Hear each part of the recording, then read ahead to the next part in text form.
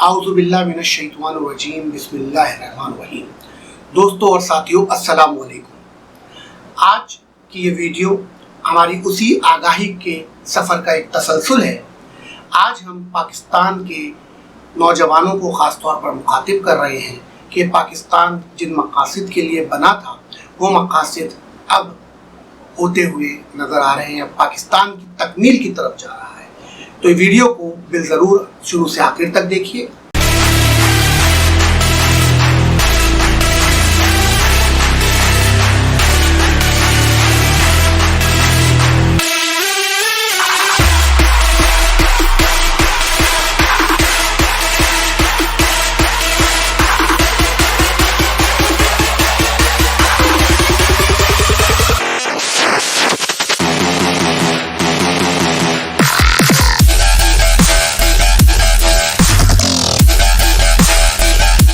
दोस्तों, आज की ये जो वीडियो है इसके अंदर हम ये बात करने जा रहे हैं कि पाकिस्तान का मकसद क्या, ला इलाहा इल्लल्लाह, इसी नारे और इसी सोच के साथ ये पाकिस्तान को बनाया गया, पाकिस्तान को आगे की तरफ लेकर चला जा रहा है।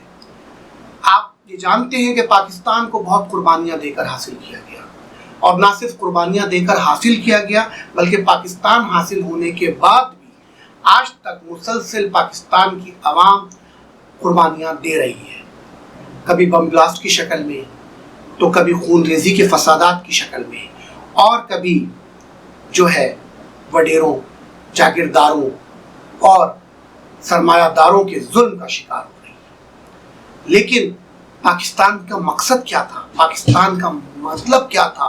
पाकिस्तान का मतलब वही था, ला इलाहा इल्लल्लाह मोहम्मद रसूलुल्लाह। इस कलमे की सरबुलंदी के लिए, इस कलमे की आबियारी के लिए, इस कलमे की तकमील को पहुंचाने के सफर के लिए पाकिस्तान का वजूद बना था।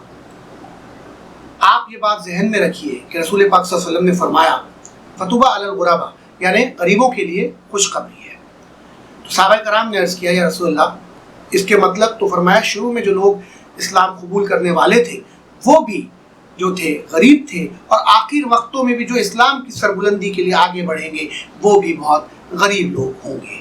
तो लिहाजा हमें इस हदीस की रोशनी में जो इस वक्त नज़र आता है कि पाकिस्तान की जो आबादी है वो 95% गरीब लोग हैं, 5% एलिट क्लास है, मिडिल क्लास भी इस वक्त गुर्बत की लकीर पर आ गई है।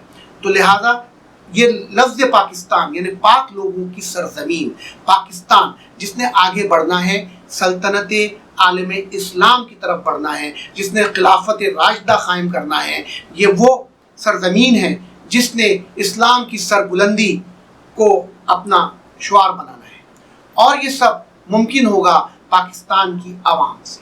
देखिए, मैं ये बात पहले भी बता चुका हूँ कि जब कश्मीर, ग्रेटर कश्मीर ये बना लेंगे तो सबसे बड़ा नुकसान किसका है?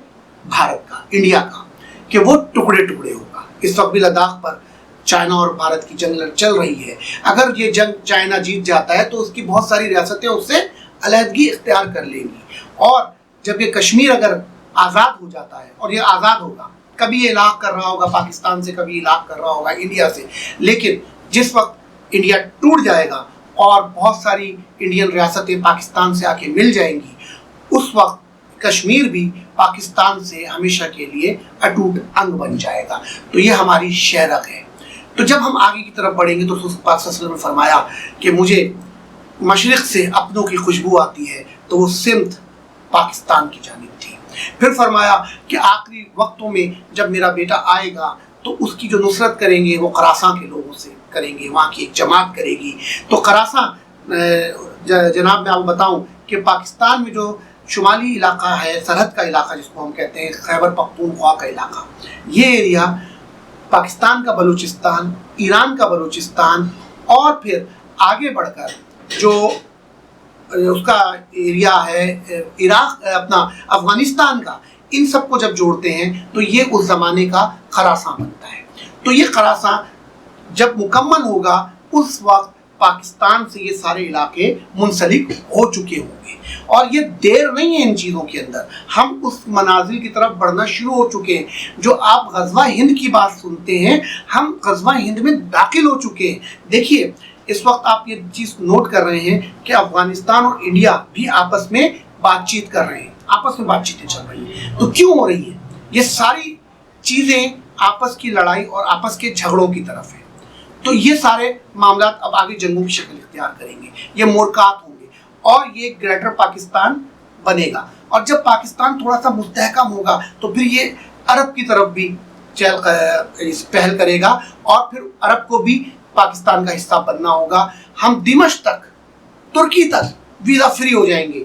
और आपको वो हदीस याद है कि जब रसूल पाक सल्लल्लाहु अलैहि वसल्लम ने फरमाया कि जब तुम कुस्तुनतुनिया की तरफ जाओगे तो अहले रूम मुसलमानों की जमात से कहेंगे कि इन्होंने तो घुटने टेक दिए, तुम क्यों अब इनकी मदद करना चाहते हो? तो कहेंगे हम अपने भाइयों को तन्हा नहीं छोड़ सकते, हम इनको वापस जो है बुलंदी की तरफ ले जाएंगे। तो अहले रूम उस पर हंसेंगे तो एक तिहाई फौज जो है वहां से भाग जाएगी जो पक्की जहन्नुमी होगी, और एक तिहाई शहीद हो जाएगी जो जन्नत में दाखिल होगी, और एक तिहाई फतहयाब हो जाएगी। तो कुस्तुनतुनिया पुराना नाम है तुर्की का पुराना नाम है।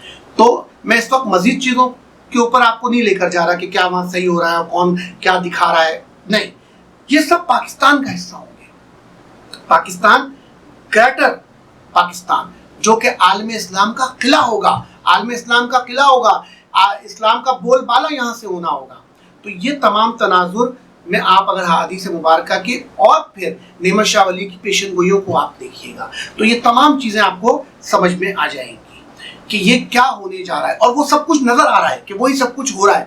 ग्रेटर इसराइल जो बनने जा रहा है और जो वहाँ हैकल सुलेमानी की वो बातें कर रहे हैं और उन्होंने फ़लस्तीनियों पे जो जुल्म ढाया है, जितना जुल्म उन्होंने फ़लस्तीनियों पे किया है, तो क्या उन मुसलमान भाइयों का खून रायगा जाएगा?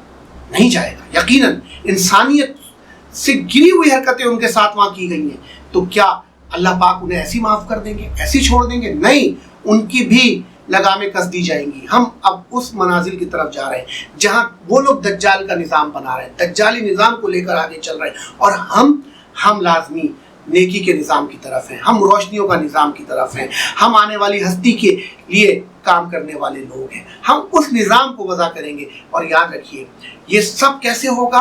पाकिस्तान के अंदर एक सख्त हुकूमत कायम होगी, इतनी सख्त हुकूमत कायम होगी, इतनी सख्त हुकूमत कायम होगी कि आपने कभी इतनी सख्ती नहीं देखी होगी कहीं भी। वो हुकूमत सही को सही कहेगी और गलत को गलत करेगी, सजाएं देगी, मुजरिमान को माफ़ नहीं करेगी, लूटी हुई दौलत को वापस लाएगी। तो ये कौन करेगा? वो सख्त हुकूमत। और वो तमाम जितनी भी सरहदें उनको सील कर देगी, ना कोई चीज़ यहाँ से जाएगी ना कोई चीज़ वहाँ से आएगी, यानी एक्सपोर्ट और इम्पोर्ट बंद हो जाएगी। हमें अपने वसाइल पर काम करना होगा। जब हम अपने वसाइल को लेकर आगे चलेंगे तो यकीनन फिर हम अपने वसाइल को बढ़ाना शुरू करेंगे। जब हमारे वसाइल बढ़ेंगे, जब हमारे वसाइल आगे की तरफ जाएंगे, तो हम जो है तरक्की की तरफ और खुशहाली की तरफ जाएंगे, और ये मामला साथ साथ होना शुरू हो जाएंगे। लेकिन इन सब में फितने बहुत होंगे, शैतान अपना जाल जकड़ रहा होगा। शैतान का काम ही फितने पैदा करना है। कभी वो फिरक़ावारियत लड़ाइयाँ करवाएगा, कभी यहाँ पे झगड़े बेबुनियाद डलवा देगा, कभी सिंधी महाजिर, कभी सिंधी पख्तून फसादात, महाजिर पख्तून फसादात की शक्ल इख्तियार कर लेगा। तो कुछ भी षड्यंत्र रचाया जा सकता है जो शैतानी जाल होगा। और शैतानी जाल से बचना और शैतानी जाल को समझना बहुत ज़रूरी है। किसी की बातों में नहीं आए, किसी की खातिर मत लड़ें। सोचें कि हम मुसलमान हैं, हम सब एक हैं, हम सब कहते हैं ला इलाहा इल्लल्लाह मुहम्मदुर रसूलुल्लाह। तो हमने एक अल्लाह को मानना है, एक कुरान को लेकर चलना है, हमने इसी की आबियारी करनी है। तो हमने ला इलाहा इल्लल्लाह मुहम्मदुर रसूलुल्लाह पर एक हो जाना है। तो जब हम इत्तेहाद अपनी सफ़ों में पैदा करेंगे तो जागीरदार, सरमायादार, एलिट क्लास हमारा कुछ नहीं बिगाड़ सकते। तो मेरी बातों को आप मजाक मत समझें, ये सब होने जा रहा है। आपको नजर आ रहा होगा मुल्क टूट जाएगा, तो मुल्क कैसे? अल्लाह ना करे ये मुल्क टूटे, अल्लाह ना करे इस मुल्क को कुछ हो, क्योंकि ये मुल्क बनाने वाले अल्लाह और उसके रसूल सरकार दो आलम सल्लल्लाहु अलैहि वसल्लम है। उनकी हदीस मुबारका की रोशनी में आप देखेंगे तो आपको समझ आएगा कि ये मुल्क हमें अता हुआ, वरना जिस तरह इसको लूटा गया, जिस तरह इसको खसूटा गया, क्या कोई मुल्क बच सकता है? सवाल ही नहीं पैदा होता, कोई मुल्क नहीं बच सकता। तो ग्रेटर पाकिस्तान की तरफ हम आगे बढ़ रहे हैं। अभी बहुत से हक़ाइक़ आपके सामने लेकर आने हैं जो मेरी आइंदा आने वाली वीडियोस में आप देखेंगे, आप समझेंगे इस पूरी साजिश को, और इंशाअल्लाह हम बहुत जल्द मुकम्मल साजिश को बेनकाब कर चुके होंगे। पाकिस्तान जिंदाबाद।